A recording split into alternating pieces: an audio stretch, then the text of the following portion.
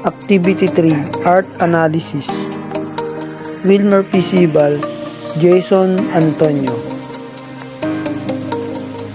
The Fisherman, 1981 by Ang Kyu-kok. Ang Kyu-kok, 1931 to 2005, is born to Chinese immigrants. Ang Kyu-kok is the pioneer of Philippine modern figurative expressionism, rewarded as the country's national artist in 2001. He was one of the most successful commercial figures on the local art scene from the 1960s until his death from cancer in 2005.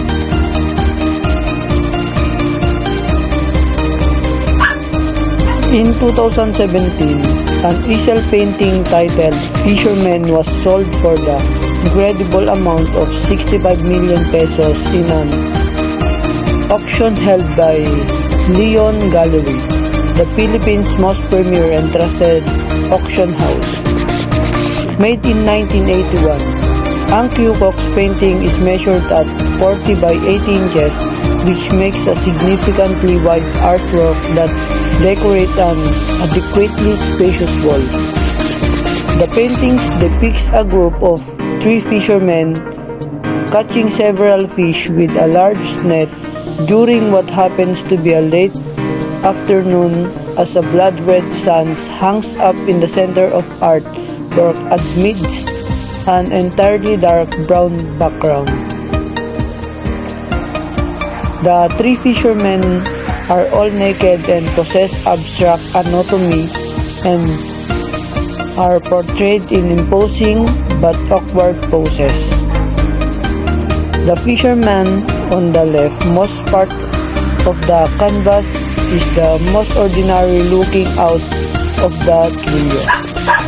He stands upright and full a shadow blanketing his face and much of his upper body as both his arms stretch a triangular-shaped net. In the triangle-like space in between his 2 legs is a single large fish, hopping in mid-air as it is caught by the man's portion of the net.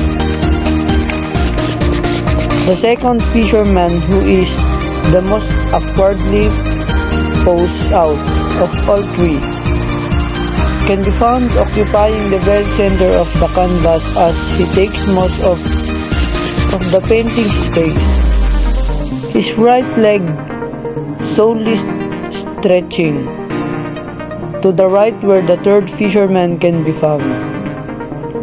The fisherman is drawn with strange anatomy. His head is pitch black, almost if his wherein there is a both his left arms, shoulder and right arms, elbow occupy the space where his head was supposed to be. His left appears to be on inside of the net, beside 3 fishes on the right, while his right leg is outside of net, extending towards the third fisherman to his right. The third fisherman is the tallest of the trio. Found the rightmost area of the canvas, the third fisherman's back is hunched and his egg-shaped head lacks a face and is completely flat. His body is thin and very straight, at most as he were a lamp post. His 2 arms are stretched out, forming a triangular space as it stretches out a net in which 3 gray red-eyed fish are trapped. His 2 bamboo-like legs appear unusually squeezed in a single, narrow space by the middle fisherman.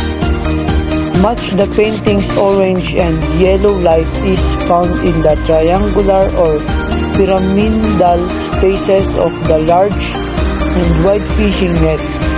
Their composition made as if to give the viewer an illusion of 3D space in the flat or oil painting. That's all.